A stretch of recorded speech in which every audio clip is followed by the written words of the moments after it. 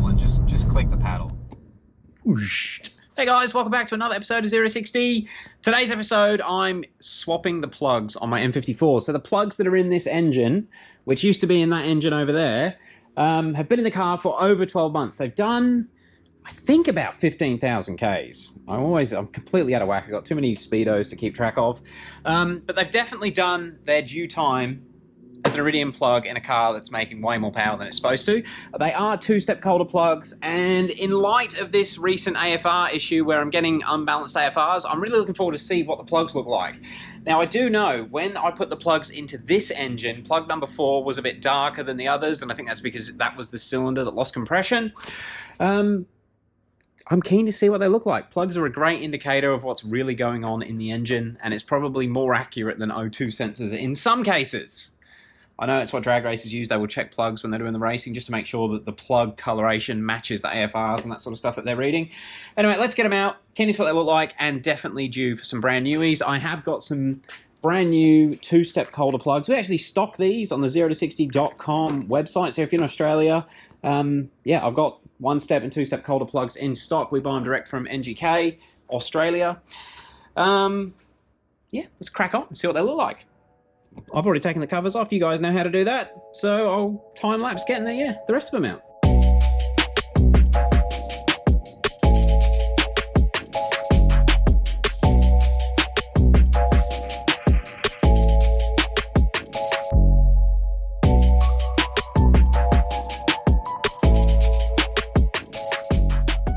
Okay guys, so I've got all the 6 plugs out there. Don't ask me why, but I've put them down plug number 1 to 6 going that way. I know. Actually, I might take a couple of shots with the iPhone so you can clearly see the plugs. One thing I did just kind of want to check. I want to check if the gaps have changed on the plugs to sort of, I don't know, highlight any particular wear on either the electrode or the tip of the plug. What do you think, King? But yeah, looking at them like this, I mean, E85 plugs, they always look quite white. Let me know what you guys think about that. I mean, if that was a car that was only running on pump fuel, I'd be worried about how lean it is, but every time I've seen an E85 car, they always have that sort of coloration to them. Anyway, let's measure the plug gaps, see if they change, because these were set to 0.018 when this motor went in the car, so we'll see if they worn out at all. The only other thing worth noting is it looks like I'm getting some water coming in down the back. That is cylinder 6 at the back of the engine, so obviously my weather shield or that little trim along the top of the engine bay is not sealing properly, so that's something I should probably address before it turns into a problem. Anyway, let's measure these gaps.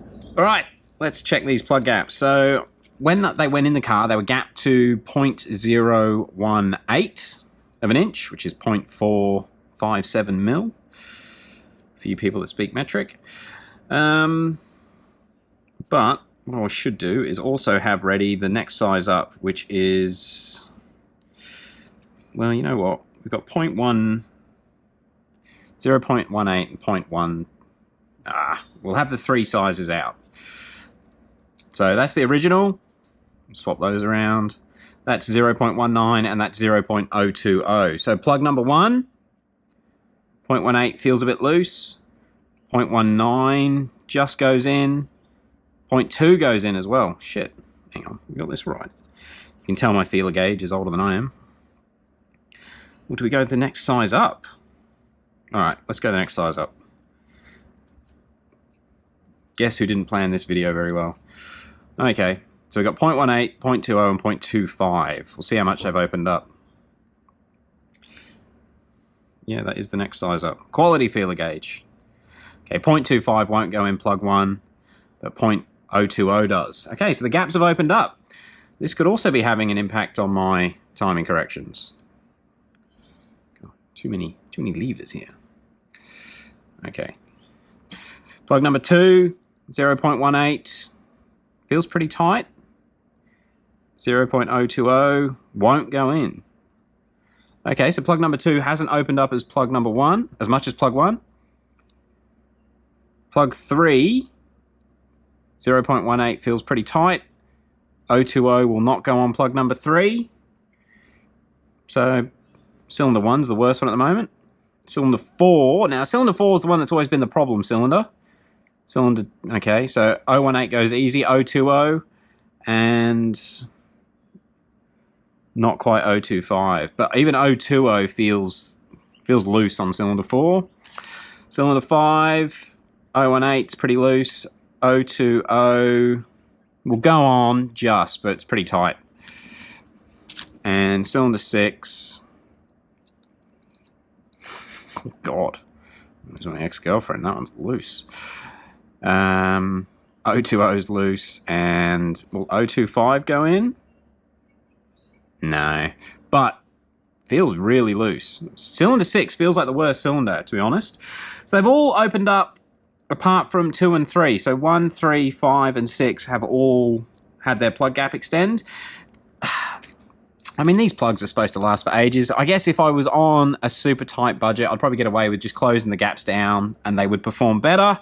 But on the flip side as well, plugs can go bad at any time. They've done about 15,000 Ks.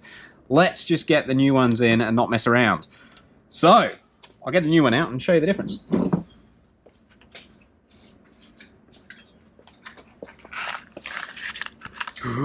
Nice, shiny, oh, sorry, nice, shiny new one.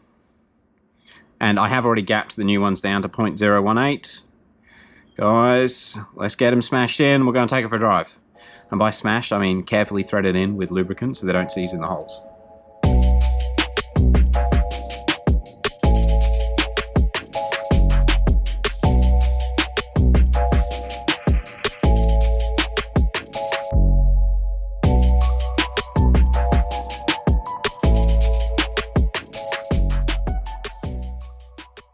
I was just about to put the engine cover back on. I was checking everything over. I saw this sort of wet patch of oil, which I think is just from spillage from filling it here. And being a bit silly. But I have noticed there is oil.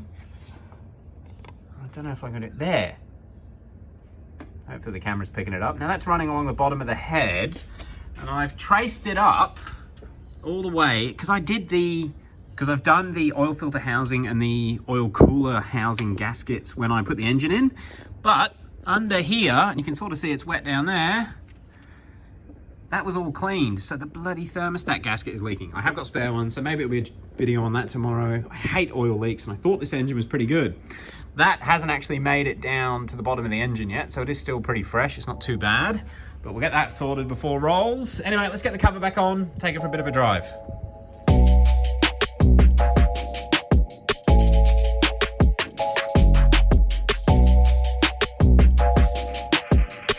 So I also just realised it's the first time I've ever put the engine covers completely back on before starting the car.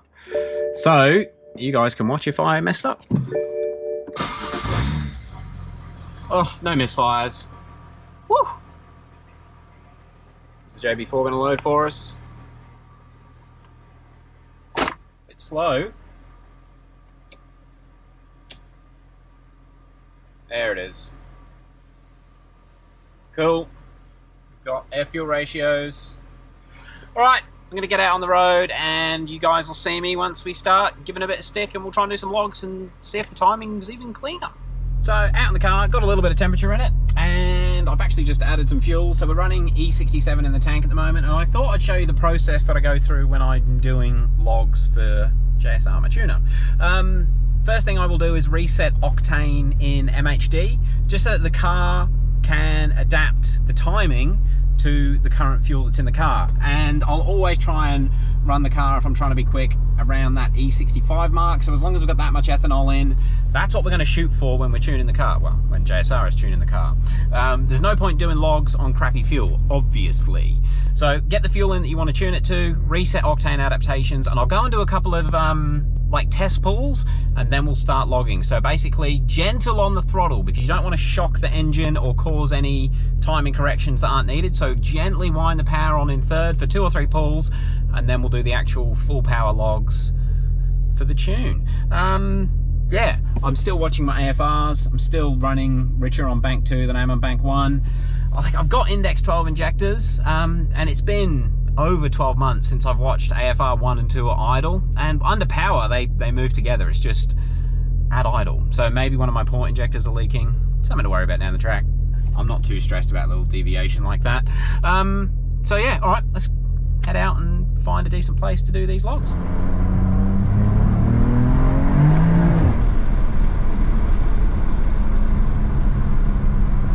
car felt really good then.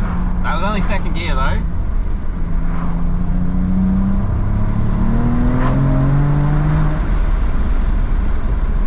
Yeah, she feels nippy. Starting to wish I bought the Draggy. The other thing I should have mentioned as well, I've got the car in the, well, basically the whole car is set up how I'm going to run it at roll racing. So traction off, the DCT is in all the modes that I'm going to use for roll racing, which is sports shift points, well, I'm manually shifting, and sport aggression on the shift. So basically the car, the engine is going through what it's going to go through on the night of roll racing. Anyway, let's do a couple more pulls.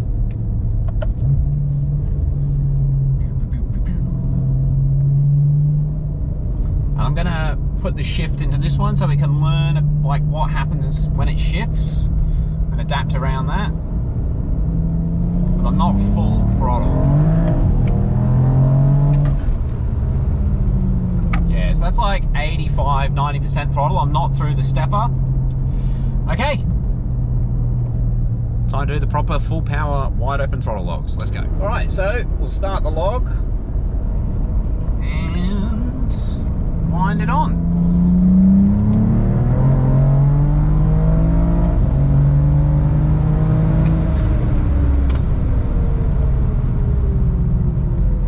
This car is rapid.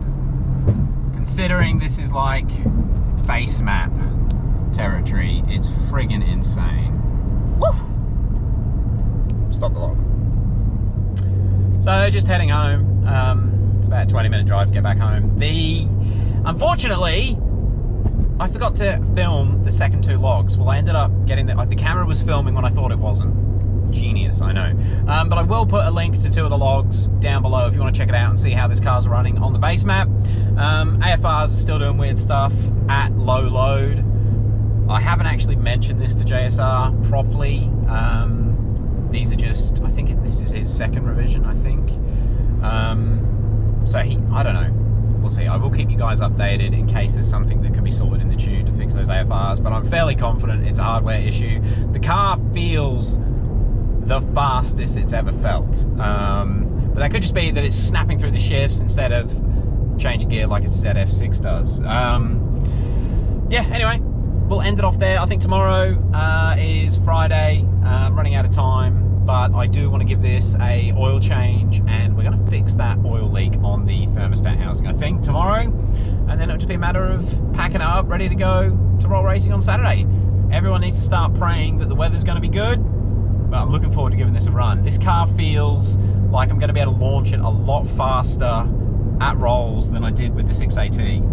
I know it doesn't make sense. You'd think the auto would be more lazy, but from a rolling start, 40k an hour start, this car feels a hell of a lot faster. And it doesn't seem to spin up as much. I'm getting more controllable wheel spin with an open diff and shitty tyres than I got with the auto, the LSD, and good tyres. Anyway, it's a big truck. I will leave you guys here. Thank you very much for watching, and we'll catch you tomorrow.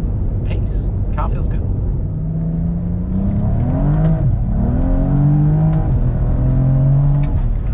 It's wild. That's ridiculous. That's like 3/4 throttle and just click the paddle. It's so much easier to get your shifts right with this than it was with the auto.